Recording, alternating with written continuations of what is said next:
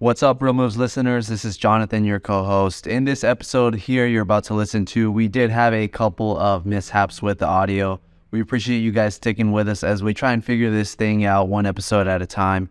Thankfully, Geoffrey and I, as co-hosts, invested in some quality audio equipment, so this should be one of the last episodes with audio issues. Going forward, there should not be much more issues as you would hear in this episode. But other than that, we hope you guys enjoy, and thanks for sticking with us.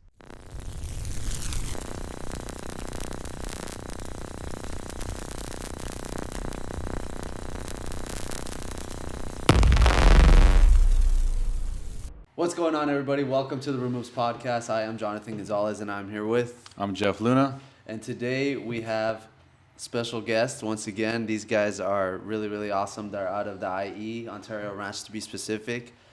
These guys are in real estate, and they have one of the best farms that I've ever seen, for sure. They're one of my clients, one of my best clients, number one, actually, in terms of listings. So these guys are killing the game out in the IE. Welcome, the Katalist real estate team, Mr. Nate and Matt. Thanks for having us. Yeah, thanks for having us, guys. Appreciate it. We're excited. So tell those people out there who don't know who you guys are, what you guys are doing. Tell them a little bit about yourselves. Yeah, so we're with Century 21 Crystal Cellar. Matt and I actually happen to be cousins. We kind of started our businesses independent as far as solo agents, and they just kind of started overlapping. We started working with a lot of clients together, and we decided to kick off a corporation essentially with just him and I. Yeah, and that's how Katalist formed. Yeah. It's been I think an interesting journey for both of us. I think we kind of started around the same time you did, which is kind of cool. I think our level of growth has been very interesting. You know, I think we have been able to like mesh really well together. I think we both have like our strengths in different areas, and I think it's just been able to like elevate our level like with client experience and then real estate. So I think we do well together. Yeah, so. It's cool to see like the growth that you guys have had since we started. You started a little bit earlier, I think. What, 2017-ish? 2017, and you started like 18. Yeah, if 2018. I'm not mistaken. Yeah, I think I met you guys around that time, and we've kind of grown together, which has been cool to see, right? Yeah. Like, you guys have taken on more listings, more buyers. I've taken on more clients too, and it's just been like a journey, and it's kind of cool to like work alongside you guys. So I like what you guys are doing in terms of Katalist, right? Not only the name, I like the name Katalist with a K. Yeah. But you guys both have different strengths, like you said. Like, you are good with like the lending side, and you bring different stuff to the table, whereas you might bring other skills to the table, and you guys kind of merge, and like you have a good client experience now, right? Like, you'll pick up on certain things, or you'll be at certain appointments, and then if you can't make it, Matt will be servicing them. So tell us, what do you guys do in the transaction? Do you have a special role? Like, what you typically do, or? Yeah, so I actually don't even do any more lending. I stopped that about 6 months ago. I was doing both for a while, and our primary focus has been like client experience. Yeah. Right, and we just found we could do a much better job by working together collaboratively. So I do a lot of like listing appointment, negotiations, stuff like that. Matt is like the systems genius. Like, he just makes things happen. Like, I don't know. Back end stuff. Yeah, he does that stuff really well. And we both overlap on our stuff. Like, we both do the listing appointments. But when it comes to like negotiations, stuff like that, that's usually where I kind of step in or I shine. Yeah. I think Nate does a really good job of negotiating and just kind of making sure that things happen in terms of transactions. And then like for me, it's like more like back in like client relationship, making sure that like the client experience is like there.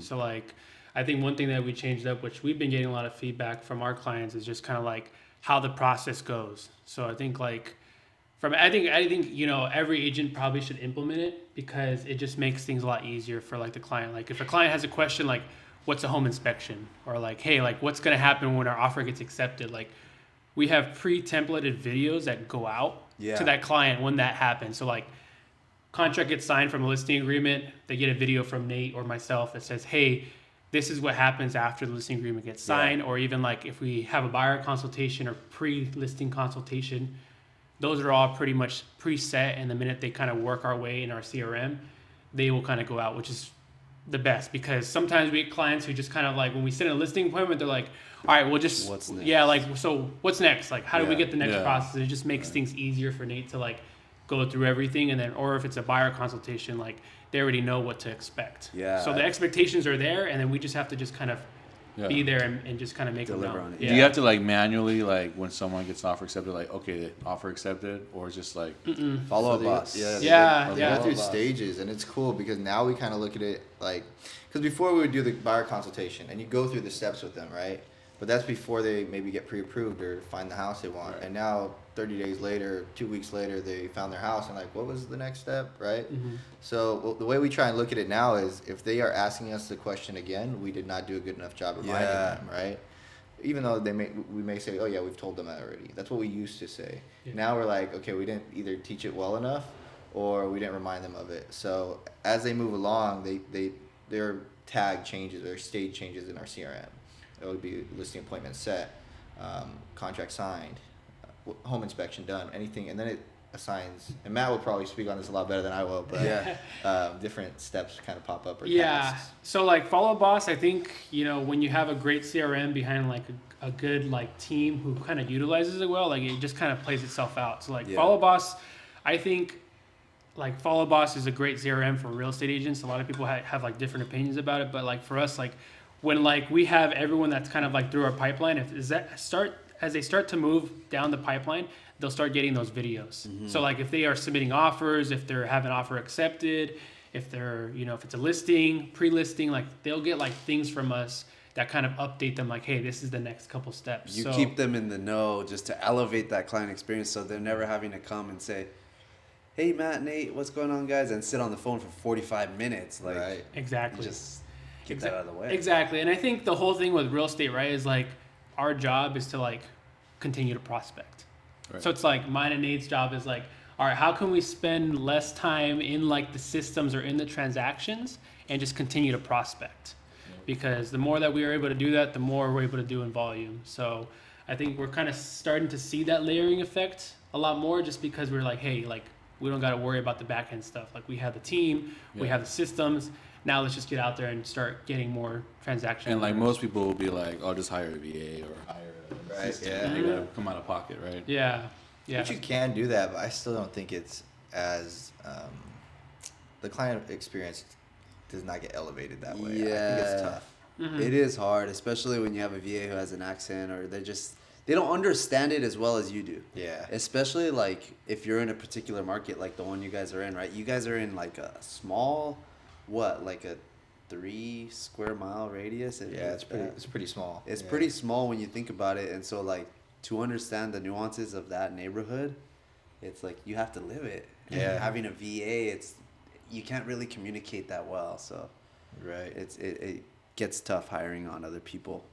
But talking about that neighborhood, right? I want to go into like farming, because you guys have had incredible amounts of success farming a particular neighborhood. I don't know if we've even mentioned the neighborhood, but if you guys want to, but how did that start? How did you guys like say, hey, let's just farm this neighborhood, like let's jump into this area? So we were actually trying a couple different neighborhoods, and before we were shooting for a price point, and we did a little bit in Eastville, but our strategy there, this was a couple years back, was not ideal. And then we started doing San Marino, and we were doing that for probably like, I don't know, 3-6 months straight. I mean, I'm talking Yeah. 4 or 5 days a week, probably like 50 doors a Door day. knocking. Yeah, door knocking. And we had good leads, but we didn't have a lot of conversion there. So we started looking into turnover rates, and I was like, okay, let's just dabble with this idea. Let's go pick any pocket. Let's not look at price point. I mean, not look at price point. It still wants to be like 500 should be the median plus.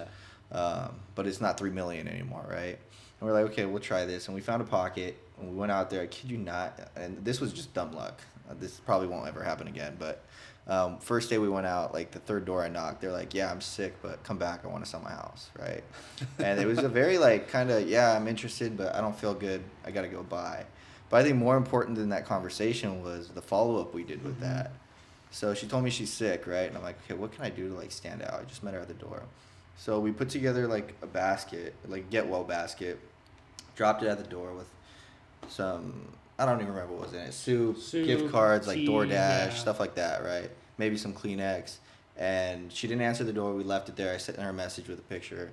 She calls me before I even left the neighborhood. She's like, I still don't feel well, but I feel a lot better now. You guys are going to be my people when I feel better. I want you guys to sell my house. She listed it with us the next week. That's sick. Yeah. Yeah, it was That's dope. crazy. Yeah, that's dope. It was really Yeah. crazy. And I don't think Nate touched on it, but I think it's also like the timing. Like he said, dumb luck, right? Like, but I think it's the timing because this is like 2021. Yeah. Like 2020, COVID, 2021. Everyone's like, what's going on?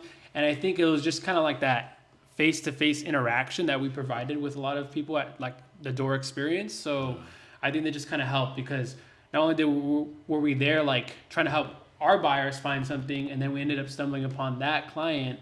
But I think it was also like the follow-up that we have, like all these things that we do. It's like we look at it now like there's always a purpose behind it. Like there's never ever a thing that we do like there's no intention. So like that's what our biggest thing is like having intention behind it, whether it's door knocking, whether it's dropping like a gift for somebody, or even like our clients that experience it. So we've kind of really dug deep into that, and it's done well. I mean, every person we talk to gets a handwritten thank you card. Yeah. And what's a handwritten thank you card? Not much, right? Maybe they throw it away, maybe they don't. But it's funny, that's probably the one thing that people always talk to us about. Like, oh yeah, I got your card. Yeah. I got your handwritten It card. means That a was lot, cool. dude. That stood out. Yeah. And the cards cost us a couple cents. I don't know. It's not even $1 per card. Yeah, and it's crazy because we get like tremendous feedback from our clients. Like there was one client in particular who's like, I have an agent, but I have never ever like gotten a gift, like a $5 Starbucks gift card or a gift like that from an agent before. Damn, and they were like, $5. yeah, man, like I mean, $5 goes a long way, Yeah. right? And it turned into actually 2 deals for us, which Yeah. is which was awesome. So it's I like, think that what that client was trying to push, that he never got gifted or treated like that before he signed, right? Yeah. Before he became a client. And that's kind of what we put into the whole community. Yeah. Whoever we reached out to, we wanted them to know that we care about that community, we care about them before any of them become our client. And I think the rest will follow, right? Yeah. And I think you guys are actually genuine about it too, though, because it shows that you do care. Yeah. Like even on my birthday, dude, like, you're my client, right? Like I should be buying you stuff on your birthday. You guys send me like a Yard House gift card and a handwritten card and stuff, and it just shows that like, hey, we give a shit, you know? Like, Yeah. And it's cool to receive that, and I'm sure from the seller side, like, getting that kind of stuff is out of the ordinary, and it's dope to see. yeah. And I think it just kind of comes with like what me and Nate like really feel like our foundation of our business is. It's like, you know, I think everyone talks about like working with ideal clients, and it's like we want like to create relationships with all of our clients, and it just starts with that. Yeah. So it's like, you know, we met you, we met you through Nick, which is crazy, and it's like, Yeah, it's true. you know, now I feel like we're really good friends. We give each other calls, and we can always catch up with each other, which is super awesome because it's like we've been able to create that relationship through each other. And you knew us when we were, you know, starting off. Yeah. So it's like it's super cool to just kind of be at that level of everyone's life and just kind of see that progress. Yeah. It's Yeah. super cool. Yeah, and you know it's cool that you guys are related because you hear a lot of families can't work together. Yeah. A lot of butting heads. So it's cool to see that Yeah. that you guys actually get along. Because when I first started too, going back to the whole like client experience, I'm a tough client like in other like areas, right? Like I want good service, Yeah. And when I got into real estate, the office I was at was dominantly older guys and gals, and I see them and they I got a new listing, and the title rep would do their photos, and they really didn't care, like, oh, who wants to do my open house, Yeah. all like the new guys. And I just thought to myself, I'm like, damn, like they're making all this money, and like what are they doing, and then they were always on vacation, they were anywhere but their listing, Yeah. they wanted to do absolutely nothing, and they're making a lot of money. So I thought in my head, I'm like, damn, dude, like that's crazy. Like if I'm the seller and I knew what was going on, I'm like, I wouldn't pay for that. And I think that's why, honestly, a lot of these big tech companies are coming after real estate, because they know behind the scenes what it really is, and they know that most of the agents literally just listed and wait for a call. Maybe they have a nice sign, or a nice, flyers at the open house, but other than that, they're not really doing a whole lot. you Right, know? yeah. So, and there was even people too, like there's one guy on TikTok I saw, like during COVID, he got like a lot of popularity because he kept bashing agents, and he grew this like massive following, and it just shows you like the message is out there, Right. that people are like coming after agents right now. What do you guys think about that? Like, have you guys seen some stuff like that? Yeah, I think there's always going to be, in any industry, right? There's going to be convenience and cheaper product, and then there's going to be client experience, right? Right. And you got to pick where you want to fall in that. Relationships really matter. I think that's one thing that if I could say I learned anything out of real estate, that's probably the biggest thing I learned. Yep. Is relationships matter, and caring about that person that's in front of you is going to separate. You may be able to turn deals over for the short term, but then tech companies will come in and say, hey, I recognize what's going on here, and we could offer a better service, cheaper rate, and maybe we'll have another random person show up because that guy's not even there, right?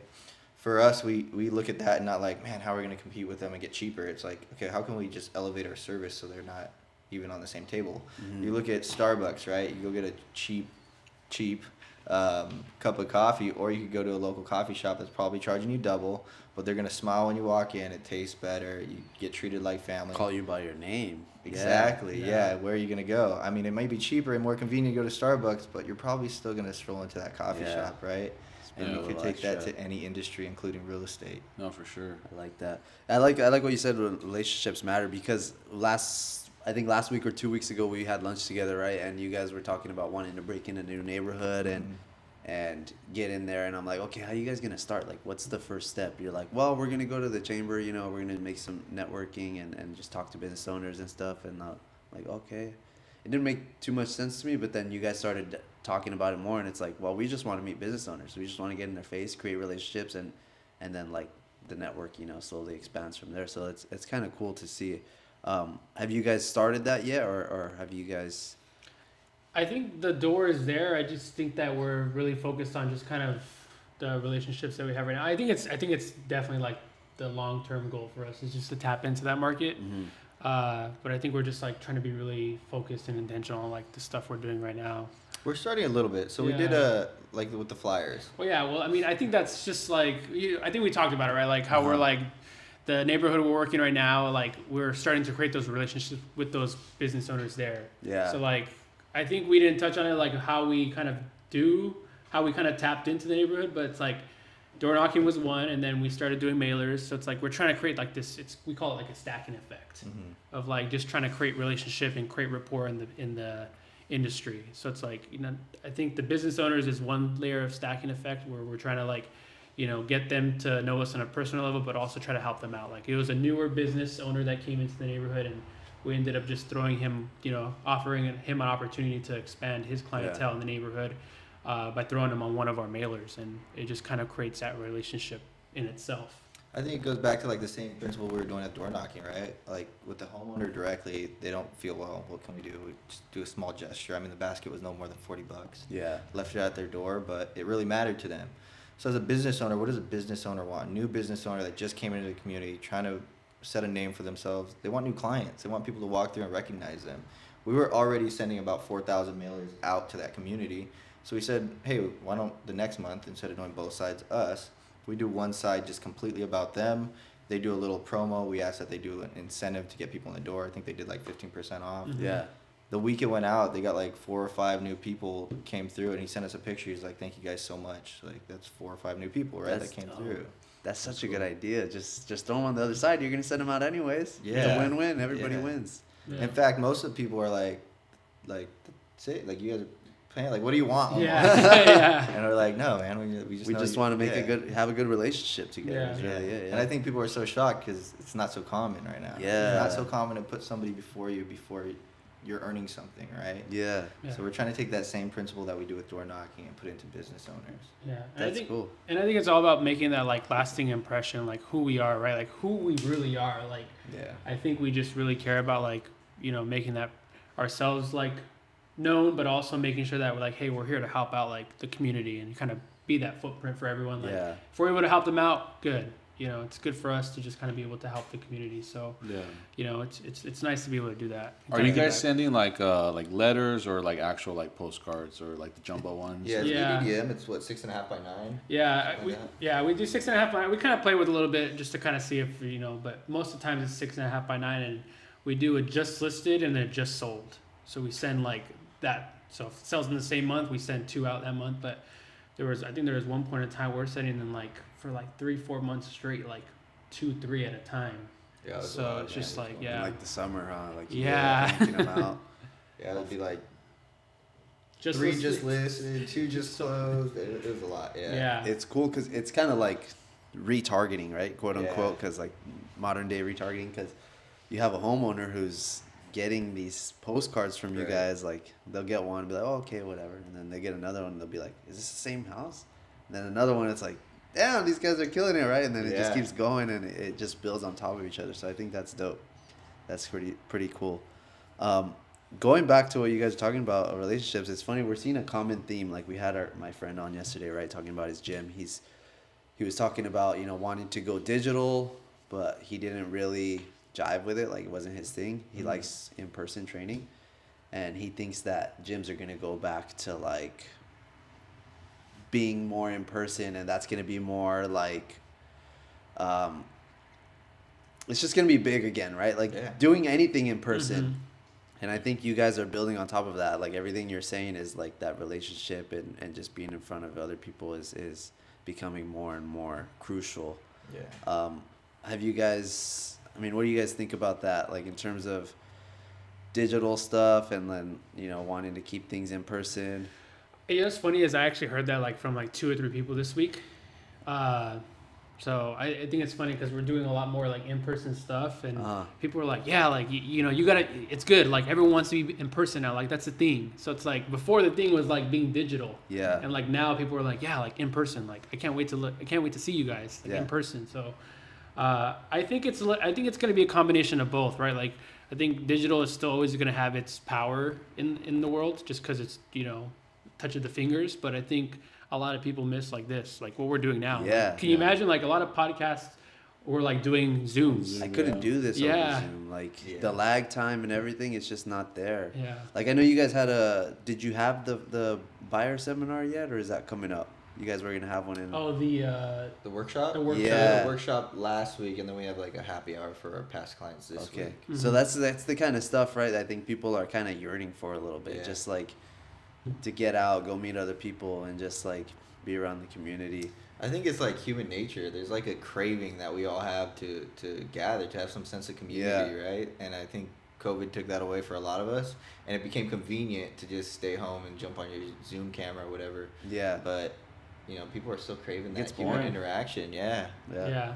Well, I think it's so funny, right? Because I look at a lot of Jeff's stuff. You do a lot of golfing, right? Yeah. So it's like, why was golf so big during that like COVID span? It's Only thing you because could do. it's because you can get in front of somebody, you can talk to somebody for like 4 or 5 hours, get to know them, and it's like Yeah. you're not stuck in your house. You're So close to your boys, but Yeah. you're far from the next group, so it's just like exactly. it's perfect to get outside. So it's like that. That's a good point. That power is there. So it's like it's just a matter of like Yeah. getting that reach. Yeah. So You guys have really like refined your systems, right? That's what we talked about. You guys like are dialed in, customer experience and everything. And now you're like building a team. You have Daniel who works for you guys now. Is it do you find it difficult to like bring those people in under you and kind of have teach them to reach those same expectations, or how do you, It has its pros and its cons, because Uh-huh. same thing as when we were doing our solo business. Like, you reach a point and you're like, man, I really want to go ahead and make this much, and then you start making that much, and then you're like, okay, how much more can I make? And you're like, I can make more, but I'm just gonna be more burnt out. Like, there's only so much I could do, right? Yeah. And you start asking like, how far can I take this by myself, right? And what does my quality of life become? So then when you start hiring people on, it comes with its own challenges of number one, even working as a partnership, because you do have to go ahead and give and take and say what's going to work. This is a mutual business, right? And then you add another person in there, and you're like, okay, how do we make them feel valued? How do we make sure that we show them there's plenty of potential here? But also, how do you train them to go ahead and take on a lot of the work that you're no longer going to take on, right? Yeah. And for Matt and I, to be honest, is pretty challenging, because we've never done that before. Yeah. We it almost feels like I could just go do that myself in half the time. So you have to take a few steps back and say, I need to take the time to train you so that I don't have to take half the time to go Yeah. do it, right? it's a challenge, It's right? tough. Like It is. it could be probably made a little bit more simple through videos. I feel like anything with videos will make things easier, right? Yeah. Like you could do training videos and say, this is how you do this, record your screen, and like here. Right. yeah. Hopefully don't ask me again, just refer back to this video. But I mean, It just all depends, though. Yeah. I mean, Yeah. I mean, like nowadays, it's like I mean, you have YouTube and people still ask you, you know, it's Yeah, like, you know, you can find out so much stuff, and I guess it just depends on that person that you find, you know, it's like, it's so hard to find people. Everyone just wants like the end result. They don't want to like do any work or do anything for a long period of time, and that's like the problem with like most people finding new people. And then with real estate, it's tough, right? Because like you want to find like that young, hungry person, but they all have that mindset of like everything quick, and as we know, real estate does not happen quick. Yeah. I think we've been fortunate enough to, and again, pros and cons. Fortunate enough to, Daniel is Erica's, which is my girlfriend's brother. So like, that's cool. He genuinely knows that we care about him. At the end of the day, he knows that, right? Yeah. He knows that we want him to succeed. And I think that goes a long way as well, because when we ask him to do things, or we show him why we're doing what we're doing, I think it's easy for him to see the vision for all of us, right? It's a collaborative thing. I think when you just get someone off the street, somebody hired off whatever website, it's a little bit more challenging, because you got to pitch them on the dream and show them the value, why they're there, and they don't know you, right? But people say working with family can be challenging at times too. So pros and cons. Yeah, it could be. I think it's more like, you know, you have to get a feel too of like, I think you nailed it pretty good. Like, and I think it's also like the personality too. Like, I think, especially like with real estate, it's sales, right? So it's like you touched on like saying like, oh, like, you know, go have them watch a video. I feel like with real estate, it's super hard to do that, because you're going to grab a lot of different things thinking it's going to work, but it may not work the way that works for our team, you know? So it just kind of all depends. So it's like, I think one thing that me and Nate, you know, and we're very, very fortunate for Daniel, because he does get a lot of things that we like, and we mesh really well. But like, if you throw someone else new in there, it's like, it's really tough, because it's like, you don't know what you're going to get. Just like what you were saying, like it's hit or miss. And I think we're very, very fortunate for that. So They have to fit in a part of the team first, right? I think that's like the first thing to accomplish, or the first note to hit on, is like, if this person is not like jiving with you, or like you guys are just not getting along, or they're not on the same page, that's probably a good indicator that they may not be a good fit, at least for your team, right? Yeah. That's one thing that I think I've found. Now, when you guys started, were you guys at any other brokerage in the beginning, or just you guys always been at the same one? Always been at the same one. I mean, the brokerage changed. It was like a boutique office. Yeah. And then they franchised with Century 21. Yeah. But same broker, same everything. Nice. Yeah, we've been with a couple different brokerages, and through COVID, it's, you know, it's been constantly changing. You know, we're with EXP now, but yeah, it's crazy to see. You know, because my dad's a broker. I work with my dad, and we were thinking about opening up our own, you know, brokerage, and just the liability part, and, you know, keeping up on all the contractual stuff, you know, it's tough, and then the insurance, you know. So yeah, we're the EXP. But what do you guys think about like the models? Because there's like a lot of like new brokerages like coming up, you know. You got like a lot of virtual type brokerages. Where do you guys see like the Century 21s and the Remaxes going? Because they're obviously made companies, right? They've been in real estate for like the longest out of anyone. And what do you think about all the noise that all the other brokerages are creating? To be honest, I feel like we don't pay much No. attention to any of it. Like we're probably too out of tune of what's Really? going on with all that. I mean, for us, it's just like, let's just build what we Focus can on you. control right here. You know, these brokerages are going to do whatever they're going to do. Right. This one's going to come, then this one's going to, you know, peak, and then it's going to come down a few months later, years later. Yeah. There's always going to be a new shiny thing, but what we can control is our team and what we want that to look like. So like that's like the goal. You guys want to grow like a team, and Yeah, because I mean, if the team is like a rock star team, you have options. You can do whatever you want to do. If you want to do your own thing, you can do your own thing. If you're happy where you're at, and we're happy where we're at. We have a lot of loyalty for our broker. He's done a lot for us. Shout out to JP for that. Yeah. But he's definitely done a lot for us. But if you have that rock star team, you could go really wherever you want and take that to any brokerage. It doesn't really matter where you end up, because you've already built that. And really what's crazy is you hear some agents and teams, like they move to different states and like do the same thing and like emulate like what they did in different states, you know. So that's like crazy. Like once you guys have a process, it works pretty much anywhere, you know. So I think that's like the cool thing with real estate, is that you could like kind of move around like the way you want, you know. Yeah, it is really cool, and it makes you less dependent on, you know, whatever the brokerage is offering. Because let's say that changes next month. Yeah. And that was your, you know. Yeah, I feel like you guys have that process down. So if at least on the outside looking in, right? It Yeah. looks like you guys have it kind of figured out, and there might be little things here and there that you guys might think you need to work on, and I'm sure you'll refine those. Going back to our conversation, I don't really recall where we were at, but I want to talk about your guys' like balance, right? In terms of like life, I think you guys have found a nice balance. That seems, at least, like you guys tend to like all aspects of your life, right? Like you have business, and then you guys spend times with your girlfriends, your fiance, and everything. How do you guys balance, or how do you manage your schedule? Do you guys have a method to that, or you just kind of like? We're just talking about this. Yeah, we were talking about this last night. Actually, that's so funny. So, I mean, I think Matt had a great example, and kind of the best way to do it, because there's really no balance, right? You can't have a balance. Yeah. I mean, it's impossible.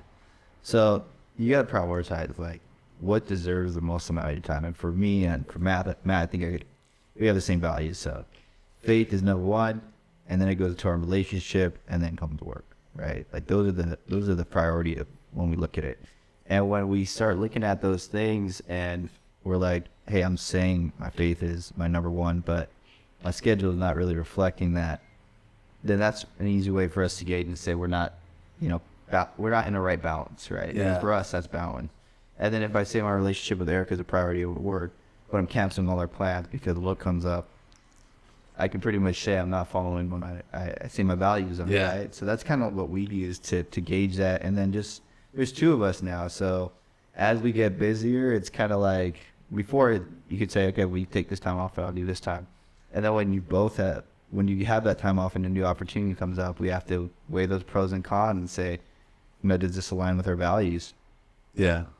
Yeah, I think Nate, said it right. Like, it's so funny that we're talking about this right now, because we talked about this last night. I think we talked about it the week before. It's like, for me, it's like I'm very, very like my mind works like in process. So like when I think of like you said, my schedule, making sure it's aligned. Like I look at it like, all right, it's a tier system, right? Like whatever my schedule reflects, that's what my priorities are.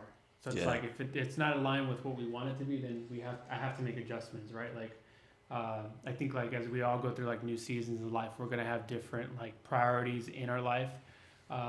Obviously, we both have really, really, really great goals for work, but it's a matter of just making sure that our significant others are happy as well. We're happy, so it's like making sure we have that balance. Yeah.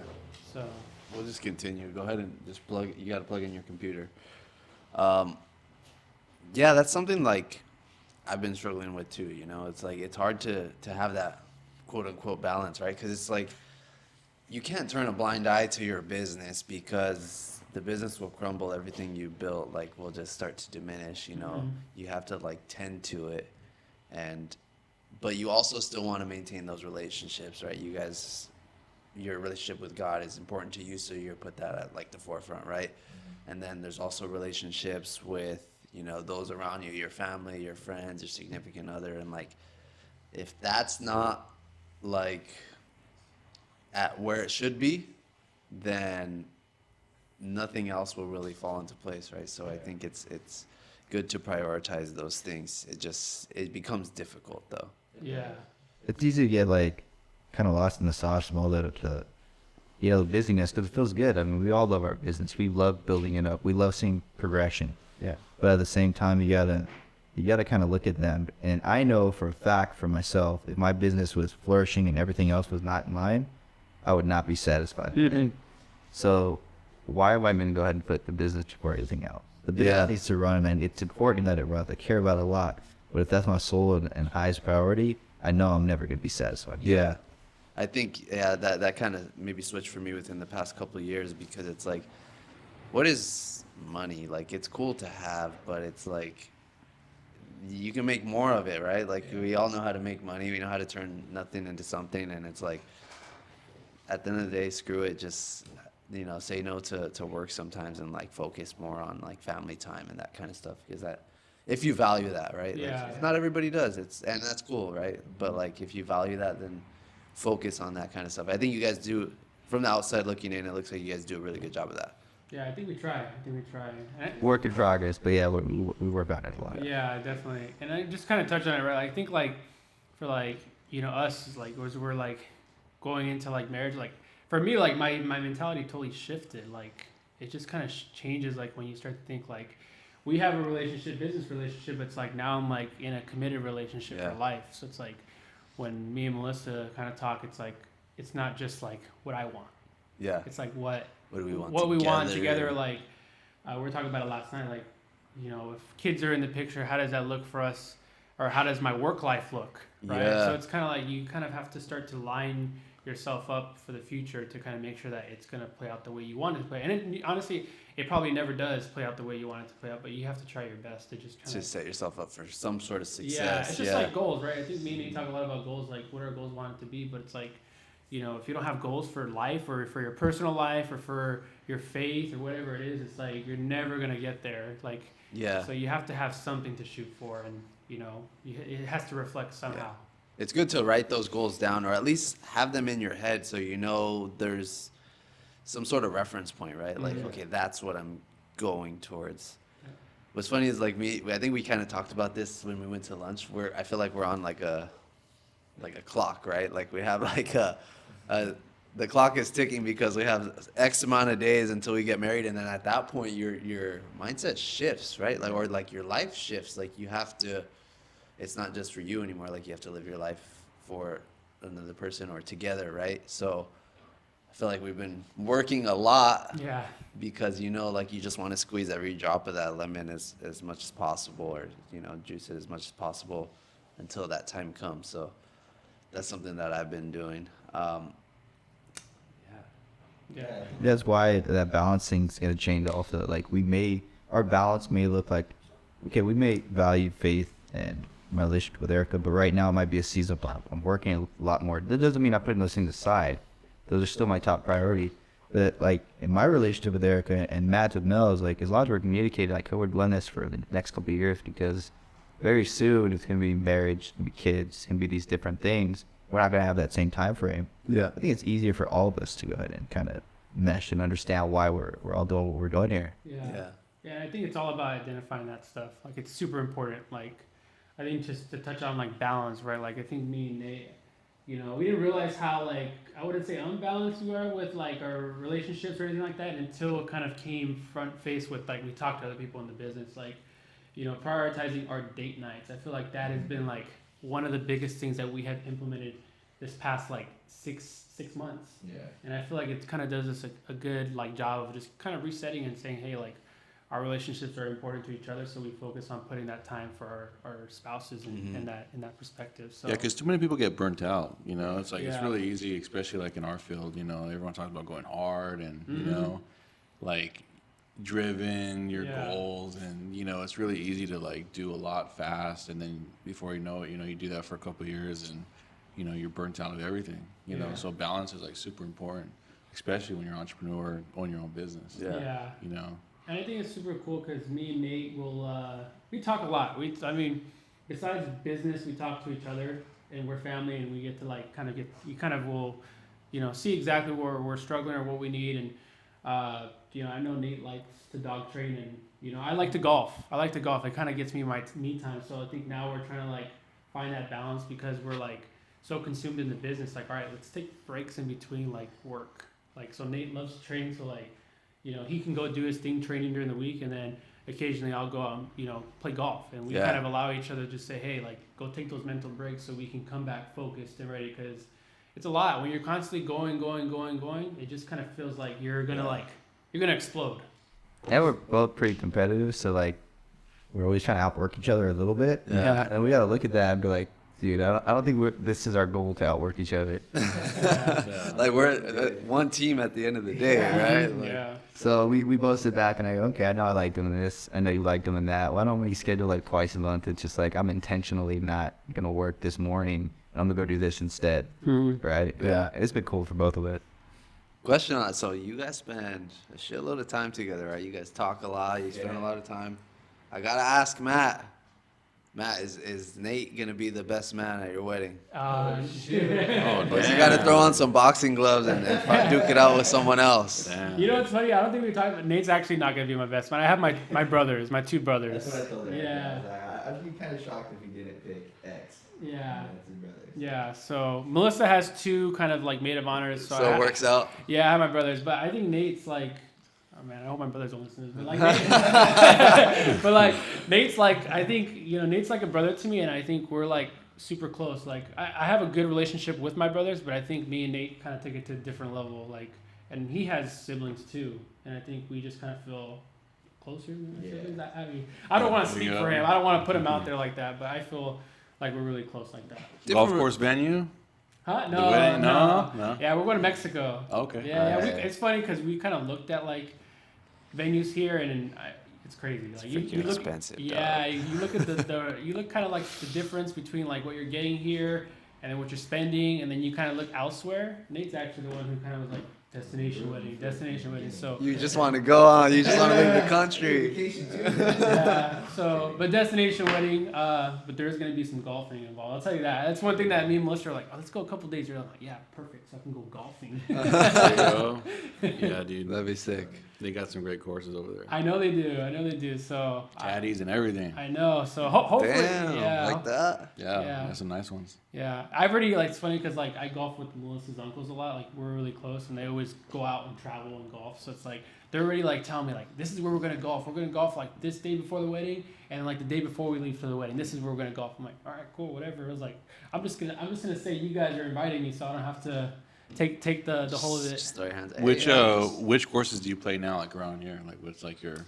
Man, you know what's funny is I feel like I have this conversation. Like people are like, oh, like what's your course? I don't really have. I feel a like I course. always see you at Oak Quarry. So Oak Quarry I go to quite often because it's not too far, but I would say like I don't have a preference. I love Goose Creek. Have you played at Goose Creek before? No, I haven't. Goose Creek is a great course. It's like 5 minutes from where I live, and it has good training facilities and stuff Yeah. where you can practice. But I played Oak Quarry, but not Goose Creek. yeah, I think I played anything in like San Gabriel Valley, anything in like the IE area, but I haven't really dabbled too much like in Orange County, like South Orange County area, or like North Orange County. Like I played Coyote Hills.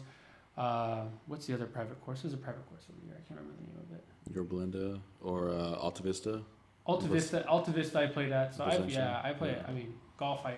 My goal for golf is like to be able to experience a lot of courses. Yeah. For a while, me and my brother were actually like, let's try to go to every course in the area, and then we'll try to like expand. So like every year in the summer, we try to like make it out to like Palm Springs because they always have like so many courses you can play. PGA West. I played PGA West, and it was probably the fastest round I played because I played it like in 3 hours.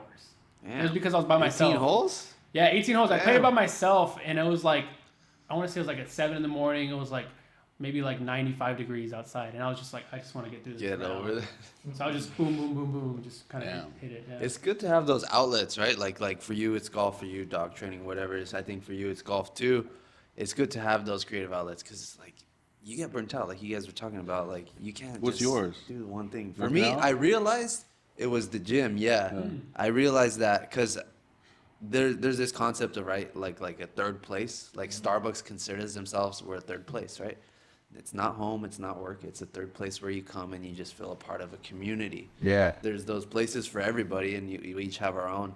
And I realized, oh, for me, it's the gym. Because now I find myself going to the gym, and I'll just, like, dap everybody up. Like, oh, what's up, what's up? Even guys, I don't even know their name. I just see them every day, right? So it's just like, oh, shit, like, maybe this is my place. Because, like, when I'm there, I don't think about work. I don't think about anything else. I'm just having a good time, like, getting a lift in, and, that's it. So I think it's good to have those places where you just break free from, like, get in a different mental state, Yeah. I think those are Plus those are golf important. too. I mean, like you said earlier, you can meet someone like 4 hours. You really get to know someone. Yeah. Like you're not gonna like go out to eat with someone for 4 hours, right? Yeah. So like, It's so funny because like people ask me all the time, let's go golfing, and like now I'm trying to be a little bit more intentional because I'm like, all right, I've golfed at all these places locally. I'm like, so like now myself and another guy are like, all right, if we golf together, we have to bring someone new that we can meet. I think it's funny. I think you said the same Yeah, thing. yeah, because it's like, it's good to like kind of have that balance, but it's like, all right, now let's be a little bit more intentional about it, right? Because Yeah. it's something I enjoy. I can still have a good time, but it's like you get to be with someone for like 4 hours, and it's Yep. like, you want to be able to just kind of feel like there's some kind of relationship there somehow. Yeah, So, Something you can build. It's not just your homies all the time. It's just same, bullshitting over and Yeah. over. You or just go out there with like two of you and then get paired up with another, Yeah. twosome or That's make it a cool. four. Yeah. Yeah, that's cool. Yeah, I met some really cool people on the golf course. Yeah, I don't know why I can never do like a single, just because I'm just kind of like, oh, like I feel like it could be hit or miss of who you golf with. I feel like at least if you have someone you're paired up with, like a friend or someone, it's like at least if one person. at least if the vibes are not there, at least you can always fall back on that person. Yeah. So it's like 18 hole, and you're like, this is gonna be a long. yeah, or it's like they're really annoyed of you. I'm sure you've probably gotten it, but I've gotten people who are just kind of paired up with you and just kind of like, man, like. Sick of this guy. Yeah, It or, was- like, or they're just not the vibes. Like they're over Yeah. there, like you can hear them getting upset, or you can just kind of hear it. I mean, there's a difference between like playing with your friends who get upset versus like playing with a random person and getting upset. It's like, man, like I'm All trying- about the try- rules yeah, and I'm stuff. trying to have fun. Yeah. Like I want to have fun. Yeah, you get So- some weirdos, that like don't stand on my line or don't, your shadow and stuff. Yeah. It's like, But we just played in Vegas, me and my uncle, and we played at Angel something. It's like 15 minutes away from the Strip, and I had rental clubs, and it was Yeah. funny. They were like Callaway Mavericks, and they were pretty good, and they paired us up with this dude. He's a single, and he was playing from the Blacks. So me and my uncle were like, oh, wow, this guy's probably pretty good, Yeah. And he hit a good drive down the middle. And then I just told my uncle, I said, I'm just going to play from the Blues. I don't know this course. I'm not trying to impress anyone, So we played from the Blues, and I hit mine good. And, like, by the third hole, dude, this guy just fell apart, man. Like, this guy, like, literally got, like, an 8, And I was like, oh, shit, like. And I was like, and then, like, by the fourth hole, he just, like, joined us at the Blues, and it was funny. But yeah, like golf's been awesome. I joined the country club I used to work at, so that's cool. And like honestly, through COVID, it was expensive. Like to go play Coyote Hills or courses like that, you're spending at least $100, $120. When you buy food and drinks. So it's like, damn, if I do that once a week, I'm pretty much at $500. Yeah. Right. And I got factor in my travel, to go get to the course. I thought, man, Friendly Hills is just right here, so let me just, join as a junior member and, Yeah. reap the benefits of that. Plus range balls. I went to Coyote Hills because my instructor works there. $20 for a bucket of balls. I was like, damn, dude, 20 buckets. So if you go hit balls once a week, that's another $100, Yeah. So it's like, damn, bro, like golf is really, yeah. And you're only at the range for like, what, an hour? It's like, damn, dude, that's like, Yeah. it adds up, Yeah, man. golf, And then you, golf is an expensive sport. Yeah. People, I mean, I'm pretty sure people know about it, but it's super expensive. Yeah. and then God forbid if you want a new driver, the drivers are like $600 now, like the new ones. Yeah. Man, I remember in high school, like, you used to get, like, the new driver, and it was, like, $399 or, like, $400. I'm like, damn, like, now it's $600, $650 for the new, Crazy. the latest and the greatest. Hobbies are good to have. But you need a hobby where you're gonna spend money, and then a hobby that's cheap. Right? Like, the gym is a cheap hobby, but like if I have an Yeah. expensive hobby, that's like snowboarding. Yeah. Even though I haven't been lately, but Yeah. I've been We too gotta go busy. again, man. But yeah, we gotta go. Like, but I think it's good to have those outlets. Yeah, I mean, anything else you want to touch on, man? Anything you want to ask? I these think I guys? want to ask you guys, too, because there's, like, a lot of agents coming in the game, as you guys know. What are some, like, advice you can give, like, a newer agent that's, like, trying to come up, because I started, too, in 2017. I got licensed at late or mid 2017 and then went full-time in 2018, early 2018. So I've seen a lot of people. I remember being in a room, the broker selling you on this dream, and he's just like, dude, like, I own all this commercial property and stuff, and everyone's like had their own idea, like, oh, I'm gonna do this and do that, and I'm gonna be a millionaire by the time I'm 30, and half those people don't even work in real estate no more, So like, what's some advice you guys can give to someone that wants to get in the game, or I don't know. I think we were pretty fortunate in the way we started I started as a loan processor with JP at Crystal Cellar, and then just kind of like flowed into getting my license, and it's like 6 months later, and then I was really just shadowing him and learning. And my thought process at that time was like, hey, I'm learning for free, right? Like I get to shadow and go along with these things. And I think a lot of times now people like, well, how do I get my own deal? Like, I don't want to work on your deal. I don't want to like come shadowing for free. Like, I need to find another way to make some money. And it is challenging. Like, we both worked another job while we got into real estate because we still had bills to pay, or we were young, because we didn't have that many bills to pay, but we still need some money to live off of, right? Yeah. So I look at that, and I would suggest, number one, don't expect to make money off the bat. Can you make money off the bat? Absolutely, you can.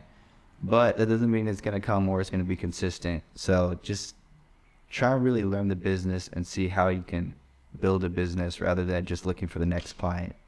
And I think you do that by partnering with somebody or shadowing somebody or, again, finding a way to help out someone else's business so you can learn. Yeah, I think you touched on it pretty good. Like, whatever it is you want to focus on or whatever you feel like you enjoy.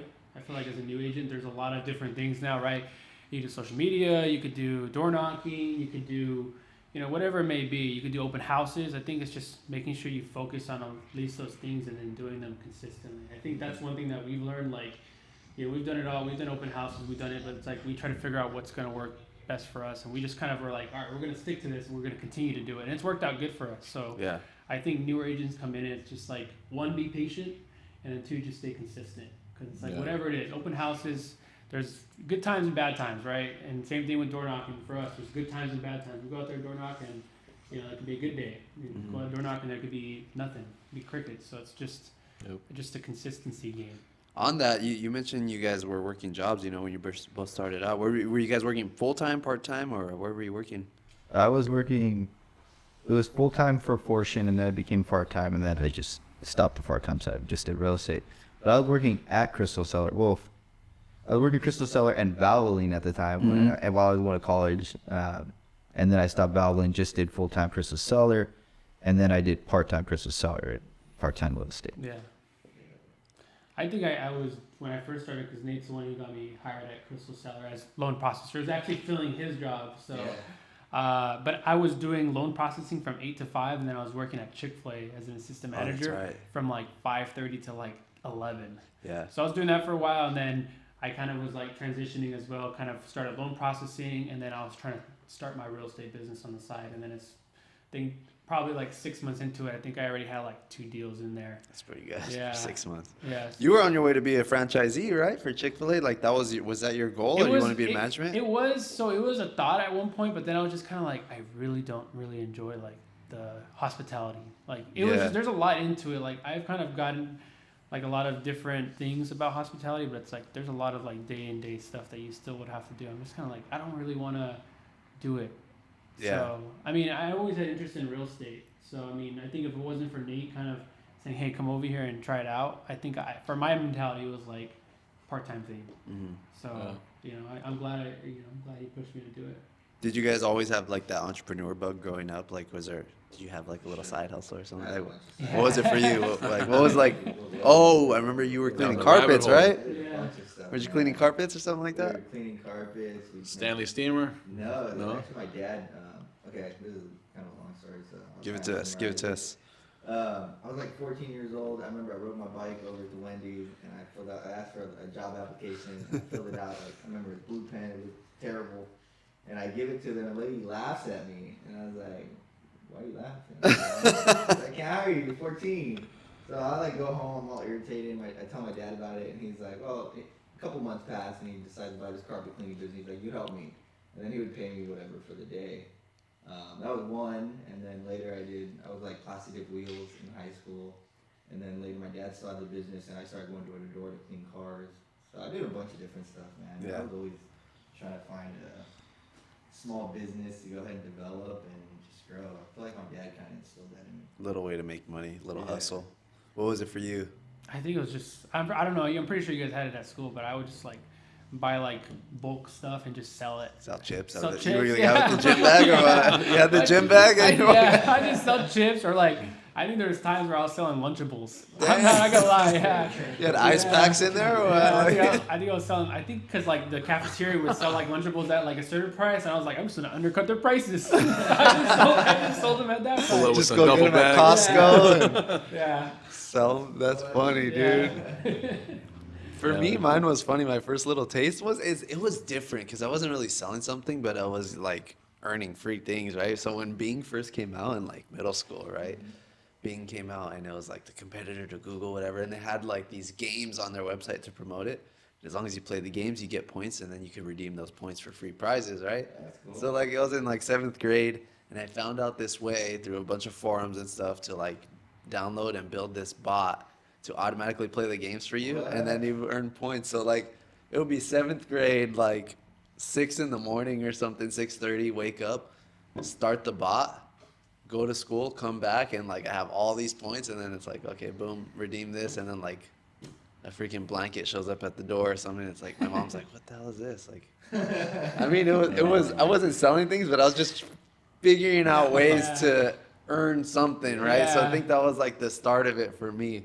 But that was funny. That was like my little into kind of that little, I guess, quote unquote entrepreneur taste. That was funny. Do you have a little story? Man, I did a lot of things too. I mean, I guess when I was like really young, I would flip some like golf stuff, you know. Because I started working when I was a freshman in high school, and I worked at a golf course right here. It's called Westridge in Harborough. Gotcha. And I got in because one of the guys on the golf team, the dad, was like really in with like the head pro.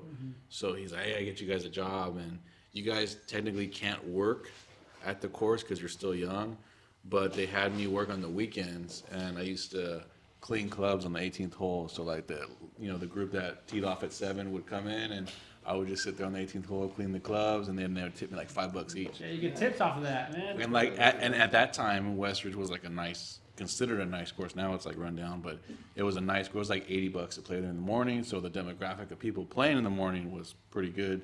And yeah, I would pull up like at 10 o'clock, and then they had free food because it was Sunday. They had Sunday brunch, so they gave me free drinks, free food, and then it's funny. The guy in the pro shop, my buddy Eric, he would laugh. He's like, dude, like I would walk out with like $150 cash, you know, like in like 4 hours, and he's like, dude, you're making more than me, you know. And like I would always go to him after I was done. I said, hey, bro, I had a fat wad of money. I said, here, give me 20s, you know. He's like, fuck, dude, like I'm doing the wrong thing, you know. So I did that, and then I would buy clubs. So they had a guy that this Asian dude. He used to own the pro shop because Westridge, you know, they used to sublease the range, the pro shop. Like they had like a lot of like subs, and the snack bar was subleased, you know. So this guy would sell like these crazy deals, dude. I would buy wedges from him for like $40 and then flip them for like $80-$100, you know. So I was doing like that stuff, and then yeah, I guess like that's really what I did. I was just in the golf thing, you know. Worked at various courses, you know. And then I started giving lessons, you know, from kids, you know, when I was like in high school, I did that. And yeah, I guess, and then I built websites too. That's what I would do. I built websites. Oh, really? Yeah, my aunt, she had a couple of clients. I built my aunt a website, her client a website. Very basic stuff, just made it like look good. Yeah. And I was doing that. And then, yeah, but I worked too before I got into real estate. You know, I was at CarMax, you know, so I had some sales experience there. Constantly I would see like 8 customers a day at least, like new people. So I was like getting good at having convos, you know, over the phone and in person, and it was cool. And then saved up some money, and I was like, you know, I'm just gonna go full time in real estate, you know. And my dad, you know, he was in real estate, but he was in the back of my mind telling me like, oh, don't do it, like just go to school. You can always do real estate, he says, you know, part-time, you know, but go to school. And then I had another friend I met at the golf course, and this guy was like, you know, flipping these big houses, right? And he's the one that motivated me to like get my license. And he would take me when I used to work at CarMax.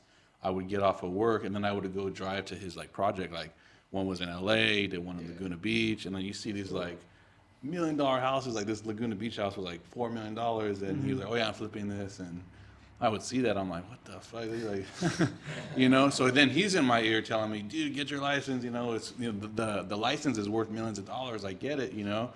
So I just said, you know what, man, let me just get it, you know. So I did the test, and then I wanted to go part-time at CarMax, but they weren't allowing part-time. So I just said, screw it, I'm just gonna go full-time in real estate. Yeah. And then yeah. It's important to have those shitty jobs, I think, dude. They build character. Like, I don't think you would really appreciate what you have, like, once you're doing it big, or, like, if somebody gets handed something until you go through those shitty jobs, you know? Magallanez was that job for me. Yeah, Yeah, I had like this dream. I was like, cause I love cars. Actually, another thing I did was I flipped cars. Like, neither eyes. I'd always sell something a little bit better. And like, I was like, you know what? My car's are ready. I kind of got a good idea. Maybe we should just go into like automotive. And I started working at like valvoling for a little bit. And dude, the way valvoling works is the car's like running, comes in, and like while it's running, you're underneath the ground in like a bag, underneath this hot car, they turn it off and you do an oil change while this car's hot. It's not like dealerships where they park it, you have outlets, and then you go do it there. Like, you have like 15 minutes to do this oil change, or 10, whatever, 5 minutes. I don't know what the number is. But summer comes and you are just like drenched in sweat. And I had a really good manager at the time. He was always like pushing us to say, you guys need to work with a sense of urgency. Even if there's nothing to do, find something to do and work with a sense of urgency. At the time, I was just like, I get paid enough for this. But I do it, right? Because, I mean, I have work like a work ethic. Yeah, there's some people that not want to do it. And I was always like, well, what I got hired to do, I'm going to do it. But I didn't love the job. But now I look back, I'm like, that work ethic, like, I could translate into my business today. And I could find things to do, and I could find things to make it more efficient and not just waste time. And I think you need that as an entrepreneur. Yeah. Yeah, I think definitely. one thing I look back on too, that like kind of instilled that work ethic in me was, I think, my dogs growing up, right? Because we had 2 family dogs, and for some reason, some way, somehow, I took on the role of like taking care of them, right? Yeah. Like, not my brother, not my sister, not my parents, because obviously they say, okay, we'll get you the dog, but you're gonna take care of it. You're gonna pick up the shit. You're gonna feed it. You're gonna do all this stuff. So it landed on me.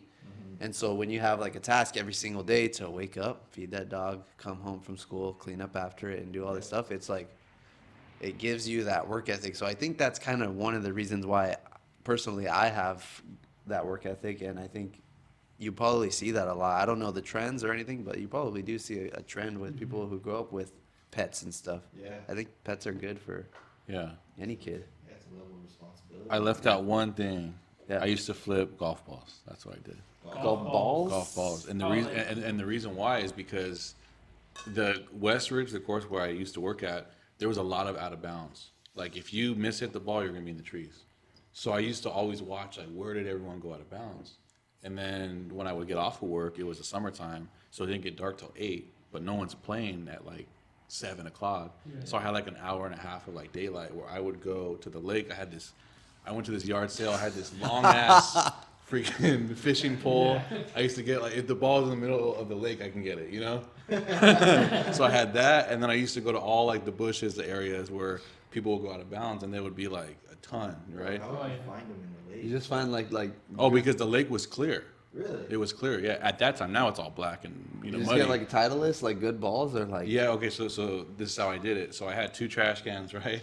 And one trash can was anything but Pro V1s. So if it wasn't a Pro V1, it went in this trash can. The other one, I had 2 trash cans full of balls, you know, and yeah. And I used to sell those to my teammates, to what my... do Pro V1s go for? Like just a single ball. Well, they go by a sleeve or they go by 12. Sleeve is 3, right? Yeah, sleeve is 3, yeah. So 3 of them, I think they were like $16. So you sell them for 10. And then, well, I would sell them in like packs of like 12, because the 12 pack would go for like $50. Yeah.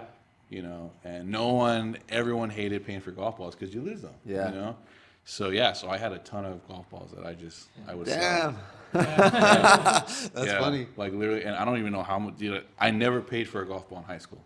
Like, I had matches. Like, you know, you would hit a bad shot. I don't give, you know.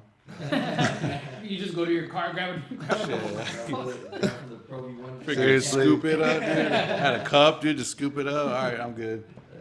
Cool. Yeah. Well, we'll wrap up here because I want to let you guys go and be mindful of your time. But thank you guys for coming on. I have one last question for you guys. I'll let you guys maybe answer one at a time. So if we can go back, right, to, let's say, I'm not sure how old you guys were at the time, but probably on the younger side, closer to 21, 22.